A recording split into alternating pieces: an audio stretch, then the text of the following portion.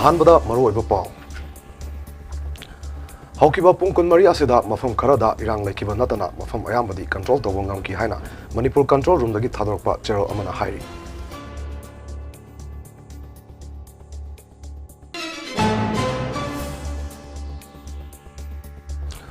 ꯑꯥꯏꯒꯥꯔꯒꯤ ꯃꯈꯥꯗ ꯂꯩꯕ Assam rifles unit ꯑꯃꯗꯤ headquarters inspector general Assam rifles ꯁꯥꯎꯊꯀ ꯈꯨꯠꯁꯝꯅꯗꯨꯅ ꯀꯝꯃ꯭ꯌꯨꯅꯤꯇꯤ ꯗꯤꯕꯦꯂꯞꯃꯦꯟꯠꯒꯤꯗꯃꯛ ꯑꯦꯋꯥꯔꯅꯦꯁ ꯄꯤꯕꯒꯤ ꯄ꯭ꯔꯣꯒ꯭ꯔꯥꯝ ꯆꯠꯊꯈ꯭ꯔꯦ꯫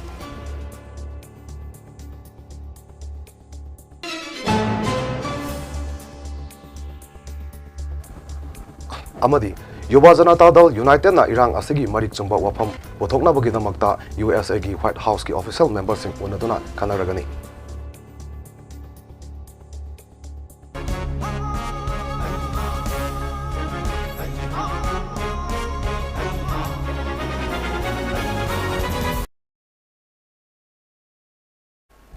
ꯈꯨꯔꯨꯝꯖꯔꯤ ꯃꯃꯤ ꯇꯤꯚꯤ ꯅ꯭ꯌꯨꯁ ꯃꯤꯠꯌꯦꯡ ꯇꯥꯕꯤꯔꯤꯕ ꯈ꯭ꯋꯥꯏ ꯄꯨꯝꯅꯃꯛꯄꯨ ꯖꯦꯝꯁ ꯉꯥꯁꯦꯄꯣꯝꯅ ꯇꯔꯥꯝꯅ ꯑꯣꯛꯆꯔꯤ꯫ ꯄꯥꯎ ꯁꯟꯗꯣꯛꯅ ꯄꯤꯖꯔꯤ꯫ ꯃꯅꯤꯄꯨꯔ ꯀꯟꯇ꯭ꯔꯣꯜ ꯔꯨꯝꯗꯒꯤ ꯊꯥꯗꯣꯔꯛꯄ ꯆꯦꯔꯣꯜ ꯑꯃꯒꯤ ꯃꯇꯨꯡ ꯏꯟꯅ ꯍꯧꯈꯤꯕ ꯄꯨꯡ 12 ꯑꯁꯤꯗ ꯃꯐꯝ ꯈꯔꯗ ꯏꯔꯥꯡ ꯊꯣꯛꯈꯤꯕ ꯂꯩꯈꯤꯕ ꯅꯠꯇꯅ ꯃꯐꯝ ꯑꯌꯥꯝꯕꯗꯤ ꯀꯟꯇ꯭ꯔꯣꯜ ꯇꯧꯕ ꯉꯝꯈꯤ ꯍꯥꯏꯔꯤ꯫ ꯏꯝꯐꯥꯜ ꯋꯦꯁ ꯑꯃꯗꯤ ꯀꯥꯡꯄꯣꯛꯄꯤ ꯗꯤꯁꯇ꯭ꯔꯤꯛꯀꯤ ꯃꯅꯨꯡ ꯆꯟꯅ ꯂꯩꯕ ꯈꯨꯗꯣꯡꯊꯤꯅꯤꯡꯉꯥꯏ ꯑꯣꯏꯕ ꯃꯐꯝꯁꯤꯡꯗꯁꯨ ꯊꯤꯕ ꯍꯨꯝꯕ ꯆꯠꯊꯈꯤ꯫ ꯃꯗꯨꯗ AK-56 ꯑꯃ ꯁꯤꯡꯒꯜ ꯕꯦꯔꯦꯜ ꯑꯃ, AK-56 ꯃꯦꯛ 2, 7.62 mm ꯑꯦꯝꯌꯨꯅꯤꯁꯟ 90, ꯑꯦꯟꯇꯦꯅꯥ ꯌꯥꯎꯕ RS ꯑꯃ, ꯍꯦꯟ ꯒ꯭ꯔꯦꯅꯦꯗ 3, ꯏꯝꯄ꯭ꯔꯣꯚꯥꯏꯁ ꯒ꯭ꯔꯦꯅꯦꯗ 3 ꯑꯃꯗꯤ ꯑꯍꯥꯡꯕ ꯂꯦꯊꯣꯠ ꯁꯦꯜ 10 ꯐꯥꯒꯠꯄ ꯉꯝꯈꯤ꯫ ꯅꯦꯁꯅꯦꯜ ꯍꯥꯏꯋꯦ 38 ꯑꯃꯗꯤ ꯅꯦꯁꯅꯦꯜ ꯍꯥꯏꯋꯦ 2ꯗ ꯒꯥꯔꯤ ꯄꯨꯟꯅ 268 ꯑꯃꯗꯤ 168ꯅ ꯅꯣꯡꯃꯗ ꯆꯪꯕ ꯄꯣꯠꯂꯝꯁꯤꯡ ꯑꯄꯟꯕ ꯌꯥꯎꯗꯅ ꯄꯨꯔꯛꯈꯤ꯫ ꯑꯄꯟꯕ ꯂꯩꯇꯅ ꯆꯠꯊꯣꯛ ꯆꯠꯁꯤꯟ ꯌꯥꯅꯕꯒꯤꯗꯃꯛ ꯈꯨꯗꯣꯡꯊꯤꯅꯤꯡꯉꯥꯏ ꯑꯣꯏꯕ ꯃꯐꯝꯁꯤꯡꯗꯁꯨ ꯑꯀꯟꯕ ꯁꯦꯀ꯭ꯌꯨꯔꯤꯇꯤ ꯐꯣꯔꯁꯦꯁꯤꯡ ꯊꯝꯈꯤ꯫ ꯆꯤꯡ ꯑꯃꯗꯤ ꯇꯝꯄꯥꯛꯀꯤ ꯗꯤꯁꯇ꯭ꯔꯤꯛꯁꯤꯡꯗ ꯆꯦꯛ ꯄꯣꯏꯟꯠꯁ ꯄꯨꯟꯅ 194 ꯊꯝꯈꯤ꯫ ꯃꯗꯨꯗ ꯑꯥꯏꯟ ꯀꯥꯏꯅ ꯆꯠꯂꯝꯕ ꯃꯤꯑꯣꯏ ꯄꯨꯟꯅ 239 ꯐꯥꯒꯠꯄꯁꯨ ꯉꯝꯈꯤ꯫ ꯑꯃꯗꯤ ꯃꯅꯤꯄꯨꯔ ꯄꯨꯂꯤꯁ ꯀꯟꯇ꯭ꯔꯣꯜ ꯔꯨꯝꯅ ꯃꯤꯌꯥꯝꯗ ꯇꯣꯉꯥ ꯑꯃꯁꯨꯡ ꯑꯔꯥꯟꯕ ꯚꯤꯗꯤꯑꯣꯁꯤꯡ ꯊꯥꯖꯕꯤꯗꯅꯕ ꯑꯄꯤꯜ ꯇꯧꯔꯛꯂꯤ꯫ ꯑꯔꯥꯟꯕ ꯚꯤꯗꯤꯑꯣꯁꯤꯡ ꯊꯥꯗꯣꯔꯛꯄꯁꯤꯡ ꯑꯗꯨꯕꯨ ꯑꯆꯨꯝꯕ ꯈꯪꯅꯕꯒꯤꯗꯃꯛ ꯁꯦꯟꯇ꯭ꯔꯦꯜ ꯀꯟꯇ꯭ꯔꯣꯜ ꯔꯨꯝꯒꯤ ꯅꯝꯕꯔ 9233-522-822 ꯑꯁꯤꯗ ꯀꯣꯜ ꯇꯧꯕꯤꯗꯨꯅ ꯈꯪꯕꯤꯕ ꯌꯥꯒꯅꯤ ꯍꯥꯏꯔꯤ꯫ ꯂꯣꯏꯅꯅ ꯂꯨꯠ ꯇꯧꯈꯤꯕ ꯈꯨꯠꯂꯥꯏꯁꯤꯡ ꯑꯗꯨꯕꯨ ꯑꯊꯨꯕ ꯃꯇꯝꯗ ꯑꯅꯛꯄ ꯄꯨꯂꯤꯁ ꯁ꯭ꯇꯦꯁꯟ ꯑꯃꯗ ꯅꯠꯇ꯭ꯔꯒ ꯁꯦꯀ꯭ꯌꯨꯔꯤꯇꯤ ꯐꯣꯔꯁꯀꯤ ꯃꯤꯑꯣꯏꯁꯤꯡꯗ ꯁꯤꯟꯅꯕꯤꯌꯨ ꯍꯥꯏꯔꯤ꯫ ꯁꯥꯎꯊꯅ ꯊꯥꯗꯣꯔꯛꯄ ꯆꯦꯔꯣꯜ ꯑꯃꯒꯤ ꯃꯇꯨꯡ ꯏꯟꯅ ꯑꯁꯥꯝ ꯀꯝꯃ꯭ꯌꯨꯅꯤꯇꯤ ꯗꯤꯕꯦꯂꯞꯃꯦꯟꯠ ꯑꯃꯗꯤ ꯋꯦꯜꯐꯤꯌꯔꯒꯤꯗꯃꯛ ꯑꯦꯋꯥꯔꯅꯦꯁ ꯀꯌꯥ ꯄꯤꯈ꯭ꯔꯦ ꯍꯥꯏꯔꯤ꯫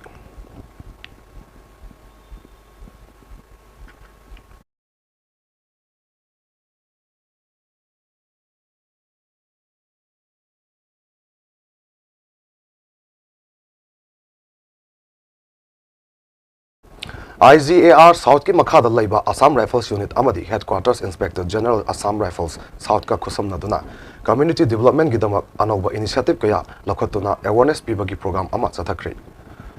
ꯑꯣꯄꯔꯦꯁꯟ ꯁꯕꯚꯠꯃ ꯃꯤꯡꯊꯣꯟꯕ ꯏꯅꯤꯁꯤꯌꯦꯇꯤꯚ ꯑꯃꯒꯤ ꯃꯈꯥꯗ ꯑꯁꯥꯝ ꯔꯥꯏꯐꯜꯁꯅ ꯎꯈ꯭ꯔꯨꯜ ꯗꯤꯁꯇ꯭ꯔꯤꯛ ꯃꯅꯨꯡ ꯆꯟꯅ ꯂꯩꯕ ꯕꯣꯏꯈꯨꯜꯗ ꯀꯝꯃ꯭ꯌꯨꯅꯤꯇꯤ ꯍꯣꯜ ꯑꯃ ꯁꯪꯒꯥꯈꯤ꯫ ꯁꯪꯒꯥꯕꯒꯤ ꯊꯧꯔꯝ ꯑꯗꯨꯗ ꯈꯨꯜ ꯑꯗꯨꯒꯤ ꯚꯤꯂꯦꯖ ꯍꯦꯗꯃꯦꯟ, ꯃꯔꯨꯑꯣꯏꯕ ꯃꯤꯑꯣꯏꯁꯤꯡ ꯑꯃꯗꯤ ꯈꯨꯟꯖꯥꯁꯤꯡꯁꯨ ꯄꯨꯟꯅ ꯁꯔꯨꯛ ꯌꯥꯈꯤ꯫ ꯁꯔꯨꯛ ꯌꯥꯈꯤꯕ ꯅꯍꯥꯁꯤꯡ ꯑꯗꯨꯗ ꯑꯥꯏꯟ ꯀꯥꯏꯅ ꯊꯧꯑꯣꯡꯁꯤꯡ ꯇꯧꯗꯨꯅ ꯑꯃꯗꯤ ꯑꯐꯕ ꯂꯝꯕꯤꯗ ꯆꯠꯇꯅꯕ ꯄꯥꯎꯇꯥꯛ ꯀꯌꯥ ꯄꯤꯈꯤ꯫ ꯑꯁꯥꯝ ꯔꯥꯏꯐꯜꯁꯅꯁꯨ ꯁꯦꯀ꯭ꯌꯨꯔꯤꯇꯤ ꯐꯣꯔꯁꯁꯤꯡꯗ ꯀꯣꯑꯣꯄꯔꯦꯠ ꯇꯧꯕꯤꯌꯨ ꯍꯥꯏꯕꯒ ꯂꯣꯏꯅꯅ ꯁꯪꯒꯥꯕꯒꯤ ꯊꯧꯔꯝ ꯑꯗꯨꯗ ꯈꯨꯟꯖꯥꯁꯤꯡꯅ ꯁꯔꯨꯛ ꯌꯥꯕꯤꯗꯨꯅ ꯃꯄꯨꯡ ꯐꯥꯍꯟꯕꯒꯤꯗꯃꯛ ꯊꯥꯒꯠ ꯋꯥꯍꯩ ꯀꯌꯥꯁꯨ ꯐꯣꯡꯗꯣꯛꯈꯤ꯫ ꯆꯨꯔꯆꯥꯟꯄꯨꯔ ꯗꯤꯁꯇ꯭ꯔꯤꯛꯀꯤ ꯑꯥꯏꯅꯥꯈꯨꯜꯗꯁꯨ ꯀꯝꯃ꯭ꯌꯨꯅꯤꯇꯤ ꯗꯤꯕꯦꯂꯞꯃꯦꯟꯠꯒꯤ ꯁꯔꯨꯛ ꯑꯃ ꯑꯣꯏꯅ ꯈꯨꯜ ꯑꯗꯨꯒꯤ ꯃꯤꯌꯥꯝꯗ HIV/AIDS ꯑꯦꯋꯥꯔꯅꯦꯁ ꯀꯌꯥꯁꯨ ꯄꯤꯈꯤ꯫ ꯑꯦꯋꯥꯔꯅꯦꯁ ꯀꯦꯝꯄꯦꯟ ꯑꯗꯨꯗ ꯑꯥꯏꯅꯥꯈꯨꯜꯗꯒꯤ ꯈꯨꯟꯖꯥ 30ꯒ ꯑꯃꯗꯤ ꯇꯥꯏꯅꯕꯒꯤ ꯈꯨꯜꯗꯒꯤ ꯈꯨꯟꯖꯥꯁꯤꯡꯁꯨ ꯁꯔꯨꯛ ꯌꯥꯈꯤ꯫ ꯀꯦꯝꯄꯦꯟ ꯑꯗꯨꯗ ꯁꯔꯨꯛ ꯌꯥꯈꯤꯕ ꯈꯨꯟꯖꯥꯁꯤꯡꯗ HIV/AIDS ꯀꯔꯤꯗꯒꯤ ꯅꯥꯔꯛꯏ ꯑꯃꯗꯤ HIV/AIDSꯇꯒꯤ ꯀꯔꯝꯅ ꯂꯥꯞꯅ ꯂꯩꯒꯗꯒꯦ ꯍꯥꯏꯕꯅꯆꯤꯡꯕ ꯄꯥꯎꯇꯥꯛ ꯀꯌꯥꯁꯨ ꯑꯁꯥꯝ ꯔꯥꯏꯐꯜꯁꯅ ꯈꯨꯟꯖꯥꯁꯤꯡꯗ ꯄꯤꯈꯤ꯫ ꯂꯣꯏꯅꯅ ꯑꯁꯥꯝ ꯔꯥꯏꯐꯜꯁꯅ ꯐꯪꯕ ꯏꯟꯇꯦꯂꯤꯖꯦꯟꯁ ꯔꯤꯄꯣꯔꯠꯀꯤ ꯃꯈꯥ ꯄꯣꯟꯅ ꯏꯝꯐꯥꯜ ꯏꯁ ꯗꯤꯁꯇ꯭ꯔꯤꯛꯀꯤ ꯀꯣꯏꯔꯦꯡꯒꯩ ꯑꯦꯔꯤꯌꯥꯗ ꯈꯨꯠꯂꯥꯏ ꯂꯩꯔꯦ ꯍꯥꯏꯕ ꯄꯥꯎ ꯐꯪꯕꯗꯒꯤ ꯑꯁꯥꯝ ꯔꯥꯏꯐꯜꯁ, BSF ꯑꯃꯗꯤ ꯏꯝꯐꯥꯜ ꯏꯁ ꯄꯨꯂꯤꯁ ꯌꯥꯎꯅ ꯄꯨꯟꯅ ꯊꯤꯕ ꯍꯨꯝꯕ ꯆꯠꯊꯕꯗ SLR ꯑꯃ, ꯒ꯭ꯔꯦꯅꯦꯗ 3, ꯅꯣꯡꯃꯩ ꯃꯔꯨ ꯈꯔ ꯑꯃꯗꯤ ꯄꯤꯁꯇꯣꯜ ꯑꯃꯒ ꯐꯥꯒꯠꯄ ꯉꯝꯈꯤ ꯍꯥꯏꯅ ꯊꯥꯗꯣꯛꯄ ꯆꯦꯔꯣꯜ ꯑꯗꯨꯗ ꯐꯣꯡꯗꯣꯔꯛꯈꯤ꯫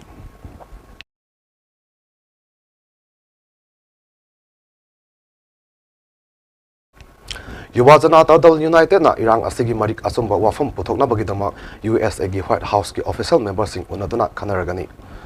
Janata Dal united youth president Manipur state ꯌꯨꯅꯤꯠꯅ ꯊꯣꯛꯈꯤꯕ ꯏꯔꯥꯡ ꯑꯁꯤꯒꯤ ꯑꯆꯨꯝꯕ ꯋꯥꯐꯝꯁꯤꯡ ꯑꯗꯨ ꯃꯤꯌꯥꯝꯗ ꯈꯪꯍꯟꯅꯕꯒꯤꯗꯃꯛ ꯂꯥꯛꯂꯤꯕ ꯗꯤꯁꯦꯝꯕꯔꯒꯤ ꯇꯥꯔꯤꯛ 30 ꯑꯁꯤꯗ USAꯒꯤ ꯍ꯭ꯋꯥꯏꯠ ꯍꯥꯎꯁꯇ ꯑꯣꯐꯤꯁꯤꯌꯦꯜ ꯃꯦꯝꯕꯔꯁꯤꯡ ꯎꯅꯗꯨꯅ ꯈꯟꯅꯔꯒꯅꯤ ꯍꯥꯏꯔꯤ꯫ Unagadoriba asida kuki narco terrorist ki aronba agenda amadi thokliba irang asi lining laisonga hiram amatada mari lainadi kanglup anigi marakta thokpa irang ni haibaga loinana irang asi karamna Myanmar dagi ain kaina sangsilakpa illegal immigrants singna haurkibano haiba mari kasumba wafam sing phongdo ongani hairi border gi khudong saba si lauraga drugs amadi khulai sing pusilaktuna India gi atopa mafam singda drugs sing adu thaba yanabagi damak Kulai paiduna separate administration tanba haurakliba sing asi marik sumna khangan gani haibaga loinana lebak asigi indigenous furup oiriba amadi sahi lising ahum helaba masagi history leiriba mitei singna karigidama SD pampam thoi haibadusu khangan gani hairaduna JDU gi general secretary Karisma Sankubomna press release aduda phongdoki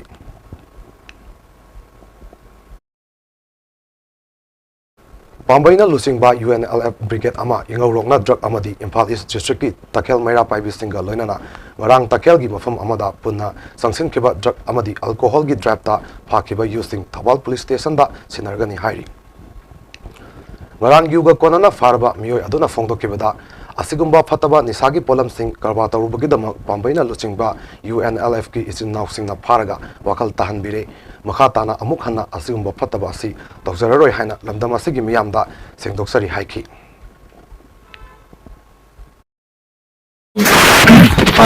para watem biduna ni sai mai ta sase basi matungda mana tawdana bai wari watem ya gyan ta bare matungda mana tawjar yare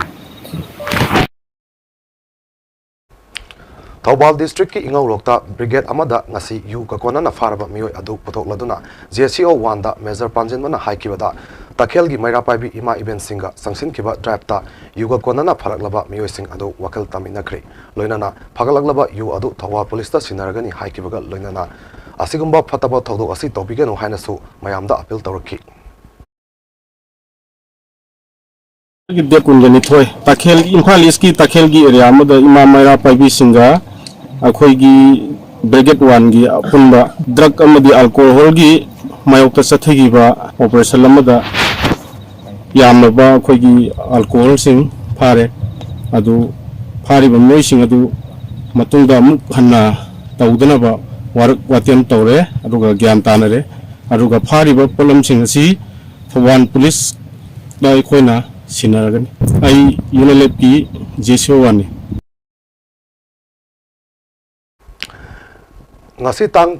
kunmari December gi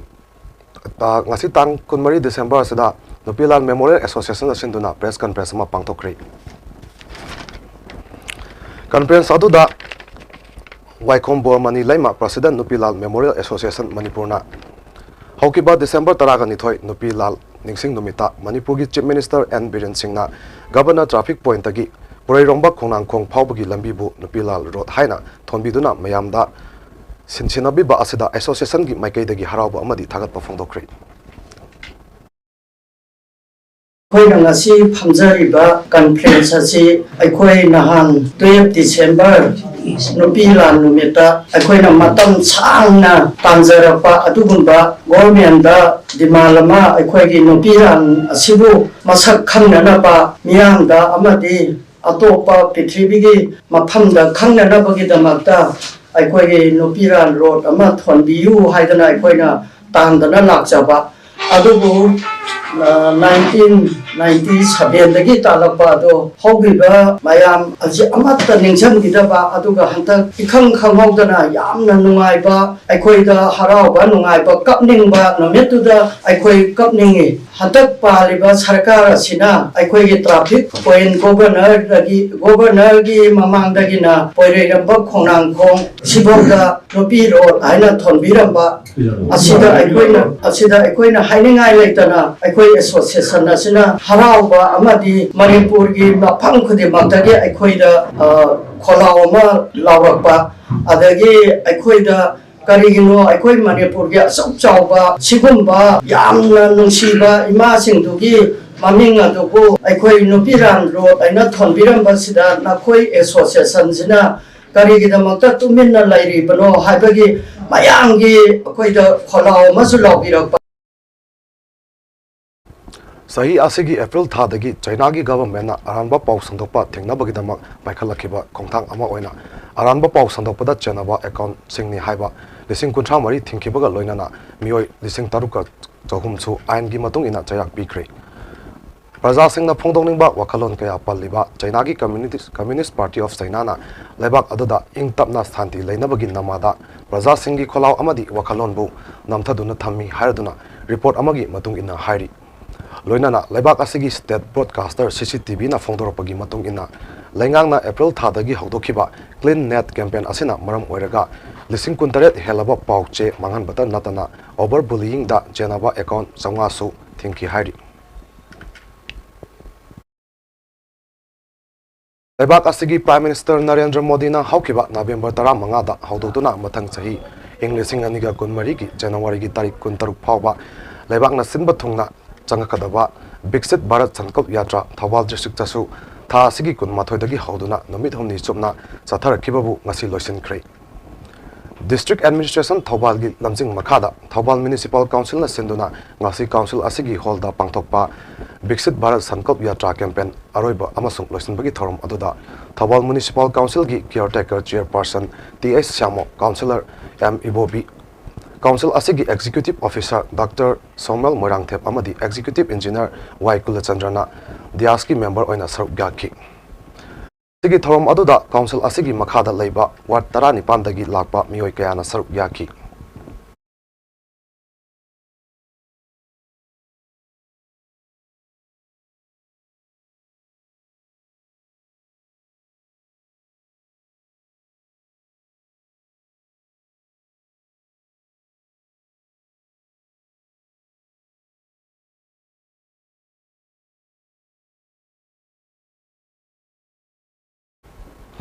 Haukiba tang kundagi ngasi tang kunhumdoi fawba numit mari ni sumna chatharakiba The Idol Teachers Training Academy ITTA Sajiwa Impal East third college week English aniga kunhumdoi ngasi college asida loisan kre loisan bagi thorom aduda Manipur University gi Controller of Examination Professor Engineer Singna Chief Guest Khagokpam Ronel Singh Chairman Governing Body ITTA na Guest of Honor amadi Dr Yankokpam Ranjan Singh Secretary Governing Body ITTA kam Principal na in charge ITTA na functional president oina saruk gyaki ngasigi loisan bagi thorom aduda mana mathung kaya su yanthokhi hauzik oiriba Manipur gi situation asina maram oirega mayam namak mapung phana pangthokpa ngamkidrabasu atenba matamgi matungda pangthoktaba yadraba educational co-curricular activities ama oina college asigi oza singna sellangduna amadi hona biduna mapung phana pangthokkiba asida college asigi principal in charge kam secretary ITTA na hunumapu thagatpa amadi harang nungai basu phongdorli loinana lakadoriba anauba chahi English aniga kunmari na lakpada nungai yaifaba tangdu leitaba amadi educational da ayatpa apanba leitaba haina Manipur ima oirsanu haina yaifa pawjel su pirakli Manipuri Brahman Mahasabha Kasana Silangduna Biswa Santi Gidamakta Mahajagyana Loinana Gita Jayanti gi thorom ama Mahasabha asigi head office Sribar Konthau Laikai Kasarda Pangthokre Ayuk pung 8 ka minute kunthra tabadagi laigyo eba thorom sing sathaki thorom asigi manungchana Sri Sri Vishnu amasung Sri Madhabhagavad Gita Mahapuja Mahaarti Mahajagya gi Purnahoti amadi Biswa Santi Gidamakta Sri Vishnu gi Mahasakti Katlaba matung Santi Pat ka loinana thorom loisinki Gita Pat tawkiba singbu sakhang bibo oina certificate amamam piduna pungning thawatki thorom asida lamdam kaya dagi Brahman Vaishnava kaya na saruk gyaki Thawal Forest Division na Wildlife Explorer Manipur ga khusam naduna water bird census in the wetland areas haiba hiram sida nongmagi oiba motivational camp ama ngasi Thawal Forest Division gi office ta pangthokkibaga loinana hayeng kaksing amadi Thawal district ki tongan ba pasingda sakta ba lagliba lamlaki usek sing masing thigani hairi thorom aduda conservator of forest RK Amarjit amadi Thawal Forest Division gi DFO TS Lokendro gi mathang sina athoiba mitung amasung thorom mapu oikhi thorom adugi ahanba technical session da wildlife explorer Manipur gi president Kumantem Brajes na identification of water birds haibasida wangangduna sugaina taki anishuba session da wildlife explorer Manipur gi secretary Elangpam Premjina water bird census technique haiba hiramda wangangki Athoiba mitungi warol piraduna conservator of forest RK Amarjina haikibada Aikoigi ithausi sing pat turel amadi lamgi sa ustek sing kanba aduni ꯃꯁꯤꯒꯤꯗꯃꯛ ꯂꯩꯔꯤꯕ ꯑꯩꯈꯣꯏꯅ ꯂꯣꯕꯨ ꯊꯨꯒꯥꯏꯗꯨꯅ ꯊꯕꯛ ꯇꯧꯔꯤꯕ ꯑꯟꯁꯤꯚꯤꯂꯥꯏꯖ ꯑꯣꯏꯔꯕ ꯁꯤꯡ ꯑꯃꯗꯤ ꯇꯣꯉꯥꯟꯕ ꯏꯟꯚꯥꯏꯔꯣꯟꯃꯦꯟꯠꯄꯨ ꯃꯥꯡꯍꯟꯕ ꯍꯣꯠꯅꯔꯤꯕ ꯁꯤꯡꯗ ꯍꯦꯟꯅ ꯃꯇꯦꯡ ꯄꯤꯁꯜꯂꯕꯗꯤ ꯆꯥꯎꯈꯠꯇ꯭ꯔꯦ ꯍꯥꯏꯗꯨꯅ ꯂꯩꯔꯤꯕ ꯃꯈꯣꯏꯗꯒꯤ ꯑꯩꯈꯣꯏꯅ ꯍꯦꯟꯅ ꯆꯥꯎꯈꯠꯇꯕ ꯃꯅꯤꯡꯂꯣꯝꯗ ꯍꯟꯅꯕꯒꯤ ꯃꯆꯥꯛ ꯑꯃ ꯑꯣꯏꯔꯛꯀꯅꯤ ꯍꯥꯏꯔꯤ꯫ Bird count, Karikdamata, Thobal Forest Division, Forest Department, Government of Manipur, Say Putting the Panko, Adigi, Sumaina, Mayam Masi, Pulaga, Mayami Maru, Matam Singh, I told Narakanda, Masi Karikdamata, Masi Pulino, Matamsi, Karikdamata, I told even investor, Koi, Sigi Matamsida, Atu Pataba, Mayamata, Maya, his entire Masi Suti, Mayami, without Sinaba Mayam, Masi Punzalakanda, ꯑꯩꯈꯣꯏꯅ ꯉꯁꯤ ꯁꯤꯒꯤ ꯃꯐꯝꯁꯤꯗ ꯂꯥꯛꯄꯁꯦ ꯁꯤ ꯀꯔꯤꯒꯤꯅꯣ ꯍꯥꯏꯕꯁꯦ ꯑꯩ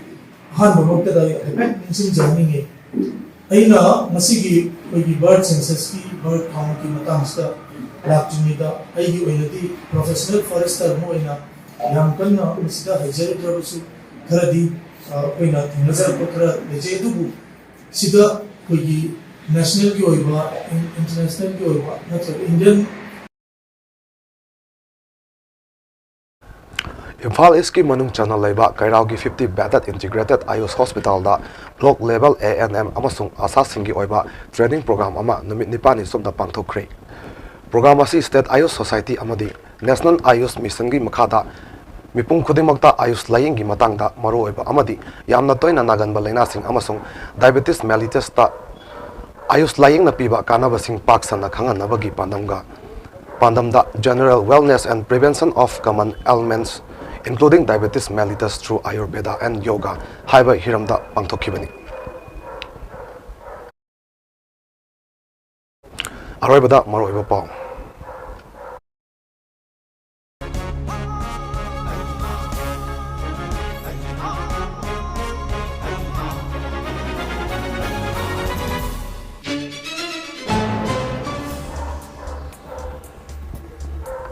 Haukiba pung kunmari asida mafam kharada irang laikiba natana mafam ayamadadi control toba ngamki haina Manipur control room dagi thadokpa cherona hairi.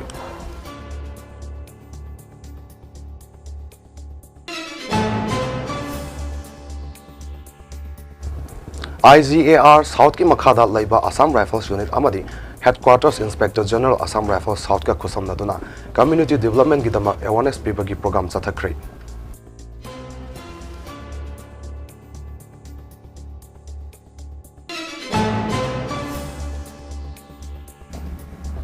Amadi Yuva Janata Dal United na irang asagi marik asumba wafam puthokna bagidamak USA gi White House ki official member sing unaduna khanaragani.